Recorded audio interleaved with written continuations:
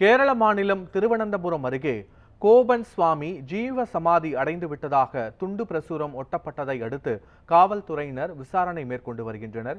இது தொடர்பான முழுமையான விவரங்களோடு எமது செய்தியாளர் ரமேஷ்குமார் இணைகிறார். வணக்கம் ரமேஷ்குமார், முழு விவரங்கள் என்ன? பத்மநாபன் கேரள மாநிலம் திருவனந்தபுரம் அருகே நெய்யாற்றின்கரை பகுதியை சேர்ந்தவர் ஸ்ரீ கோபன் சாமி. வயது 81. இவர் கடந்த சில நாள்களாக வயது முதிர்வு காரணமாக நோய்வாய்ப்பட்டு சிகிச்சை என்பது எடுத்து வந்தனர். இந்த நிலையில் இவர் ஏற்கனவே இவர் வீட்டின் அருகே அந்த பகுதியில் மகாதேவர் கோயில் ஒன்றை நடத்தி வருகிறார்.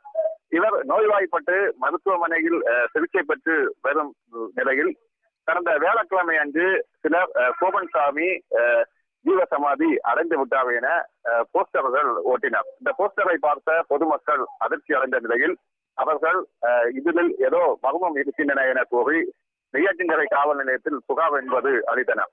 இதனைத் தொடர்ந்து போலீசாரும் இவரது மகன்கள் 3 பேர் உள்ளன. 3 பேரிடமும் விசாரணை என்பது நடத்தினர்.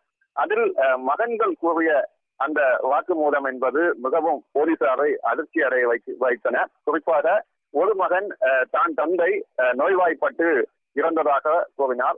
மற்றொரு மகன் தான் தந்தை நோய்வாய்ப்பட்டு இறந்த பிறகு நடந்து சென்று அவர் ஜீவசமாதி அடைந்து விட்டார் என தெரிவித்தார்.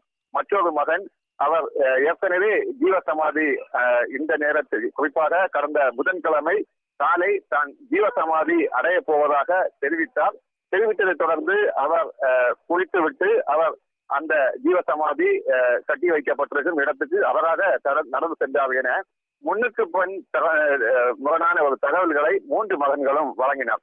இதனைத் தொடர்ந்து போலீசார் அந்த 3 மகன்களின் வாக்குமூலத்தை பெற்றது மட்டுமின்றி இது குறித்து மாவட்ட ஆட்சியாளரிடமும் கலந்து ஆலோசித்தனர். இதனைத் தொடர்ந்து மட்டுமில்லாமல் போலீசார் இந்த கோபன்சாமி தற்பொழுது அவர் மாயமாயிருப்பதாக வழக்கு பதிவு என்பது செய்தனர்.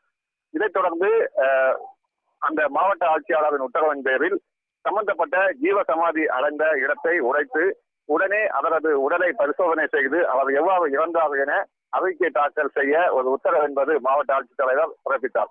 இதனைத் தொடர்ந்து இன்றைய தினம் போலீசார் அந்த ஜீவசமாதியை உடைத்து கோபன் சாமி அங்கு சென்ற பொழுது ஒரு பிரிவினர் இதற்கு எதிர்ப்பு என்பது தெரிவித்தனர். அதே போன்று மகன்கள் அவர் ஜீவசமாதி அடைந்ததுதான் அதை உடைக்கக்கூடாது என அங்கு அவர்கள் கோரிக்கை என்பது வைத்தனர். இதனைத் தொடர்ந்து 2 பிரிவினருடைய வாக்குவாதம் ஏற்பட்டதை தொடர்ந்து தற்பொழுது போலீசார் விசாரணை என்பது நடத்தி வருகின்றனர். நெய்யாற்றின்கரை காவல் நிலையத்தில் வைத்து 2 தரப்பினரையும் வைத்து தற்பொழுது போலீசார் விசாரணை என்பது நடத்தி வரும் நிலையில் கடந்த சில நாட்களாக மிகவும் ஒரு பரபரப்பை ஏற்படுத்திய ஒரு நிகழ்வாக இது கேரளாவில் பார்க்க முடிகிறது. ஏனென்றால் ஜீவசமாதி குறித்து ஏற்கனவே கோபன்சாமி யாருக்கும் வெளியே தெரியாத அளவில் திடீரென ஒரு போஸ்டர் ஒட்டப்பட்ட பிறகு இந்த சம்பவம் வெளியே தெரிந்து அதன் பிறகு ஒரு பரபரப்பான சூழல் தற்பொழுது ஏற்பட்டிருக்கும் நிலையில் போலீசாரும் தொடர்ச்சியாக விசாரணை என்பது நடத்தி வருகின்றனர். பத்மநாபன், காட்சிகளோடு முழு விவரங்களுக்கு நன்றி ரமேஷ்குமார்.